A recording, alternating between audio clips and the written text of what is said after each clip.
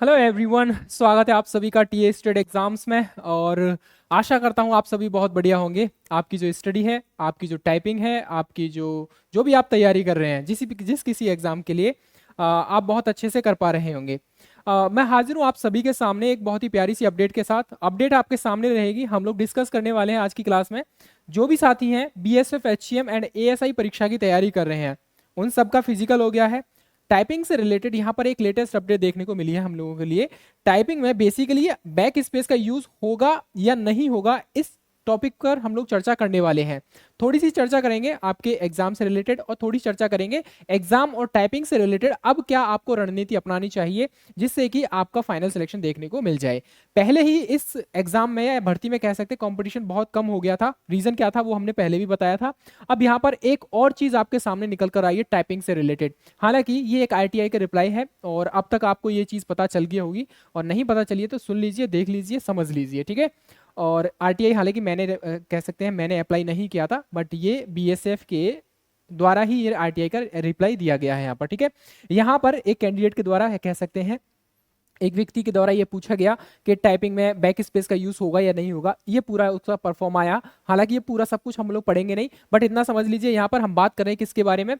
ये point number 3 को पढ़ेंगे हम लोग। इसमें बोला गया है कि यहाँ पर वर्तमान में सीमा सुरक्षा बल में head constable ministerial commandant ministerial in central arm police force यानी सीएपीएफ एग्जामिनेशन 2024, यानी जिस एग्जाम की आप तैयारी कर रहे हैं उसी की बात कर रहे हैं यहाँ पर।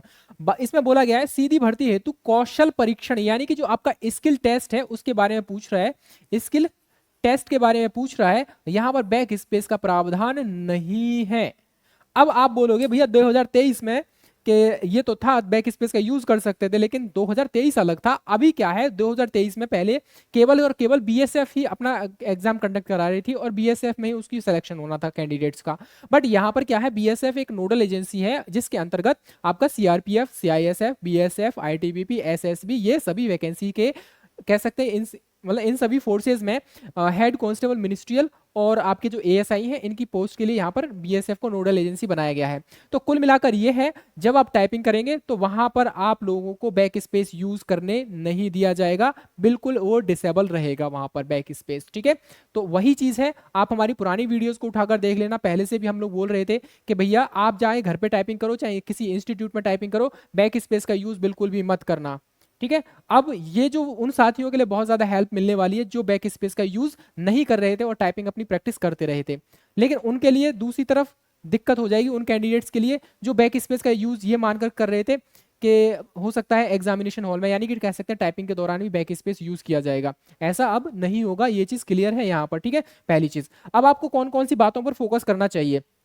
देखो कंपटीशन, एक बात मैं बताऊं आपको, पहले ही इसमें कंपटीशन बहुत कम हो गया था। ऑलमोस्ट 8 लाख के समथिंग फॉर्म पड़े थे और यहाँ पर क्या था, लगभग लगभग 50% के समथिंग आपका फिजिकल क्वालिफाई कर पाए हैं कैंडिडेट। तो मोटा मोटा एक अनुमान मान के चलिए, हम लोग क्या कह सकते हैं, 2.5 से लेकर कितना 3 लाख के समथिंग आपके कैंडिडेट यहाँ पर बैठने वाले हैं। पहली चीज, ये चीज क्लियर है, ठीक है। वैकेंसीज का नंबर आई थिंक 1700 प्लस है, ये भी चीज आपको पता होगा, ये चीज भी क्लियर है यहाँ पर। दूसरा पॉइंट, अब आपको करना क्या है, सिलेबस के अकॉर्डिंग अपनी तैयारी को कीजिए। जो भी सिलेबस जिस किसी का बचा है, ठीक है, उसको कंप्लीट कीजिए। जो भी टॉपिक बचा है उसको कंप्लीट कीजिए। और यहां पर आप लोगों को कह सकते हैं सेक्शनल और कह सकते हैं फुल मॉक टेस्ट लगाना स्टार्ट कर देना जैसे ही आपका सिलेबस कंप्लीट हो जाता है तब। दूसरा पॉइंट याद रखेंगे टाइपिंग से रिलेटेड, ये जो टाइपिंग से रिलेटेड है भाई मेरे, जिसका टाइपिंग क्वालिफाई होगा उसके मोस्टली चांसेस रहेंगे यहाँ पर फाइनल सिलेक्शन ले जाने के। तो अब आपका पूरा का पूरा दारोमदार टिका हुआ है टाइपिंग पर। टाइपिंग ये समझ लीजिए जैसे सीआरपीएफ में होती है ना, वैसे ही आपको टाइपिंग देखने को मिलेगी। और सीआरपीएफ की टाइपिंग हालांकि मैंने दी है, क्वालिफाई भी किया है मैंने 2023 वाला। बीएसएफ का भी क्वालिफाई किया है टाइपिंग मैंने दोनों बार, ठीक है। और आप देखोगे दिल्ली पुलिस का नहीं हुआ था 23 वाला मेरे से, बट सीआरपीएफ बीएसएफ का हुआ था मेरे से, ठीक है। इनका मैंने क्वालिफाई किया और यहाँ पर टाइपिंग मेडिकल में थोड़ा सा इशू बन गया था, बस उसकी वजह से मेरा फाइनल नहीं हो पाया। लेकिन अब आपको करना क्या है, दिक्कत ये आ जाएगी, अब आप टाइपिंग नहीं करोगे तो भाई मेरे यहाँ पर आप चाहे कितने भी अच्छे मार्क्स ले आना, बड़ी दिक्कत आ जाएगी यहाँ पर।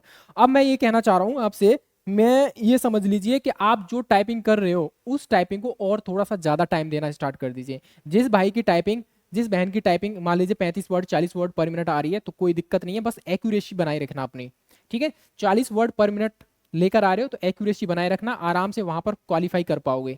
एक्यूरेसी बढ़िया बना के रखना, गलती नहीं करनी है बस। लेकिन जिस किसी कैंडिडेट की टाइपिंग कम आ रही है, मतलब अभी 20 25 30 तक आ रही है, तो थोड़ा सा ज़्यादा टाइम दे दे भाई, ठीक है, सुबह दोपहर शाम, सुबह दोपहर शाम, बाकी के आपकी अपनी स्टडी पर ध्यान देना, ठीक है, जो आपका सीबीटी एग्जाम होना है उस पर ध्यान देना। टाइपिंग के रिगार्डिंग और आपका मेडिकल के रिगार्डिंग और आपका सीबीटी एग्जाम के रिगार्डिंग कोई भी सवाल है, कोई भी सुझाव है, डेफिनेटली आप उसको कमेंट सेक्शन में लिख दीजिए, मैं रिप्लाई देने का प्रयास करूंगा। और मुझे लगता है कि आप में से बहुत सारे साथी ऐसे थे कि टाइपिंग से रिलेटेड बहुत सारे डाउट थे, हालांकि पहले भी हमने काफ़ी सारे डाउट क्लियर किए हैं, है ना। और अगर किसी का और भी कोई डाउट बचा है तो आप बताइए, हम उसके लिए एक लाइव सेशन लेकर आएंगे, लाइव सेशन में आपके सारे डाउट्स को मैं क्लियर कर दूंगा, ठीक है।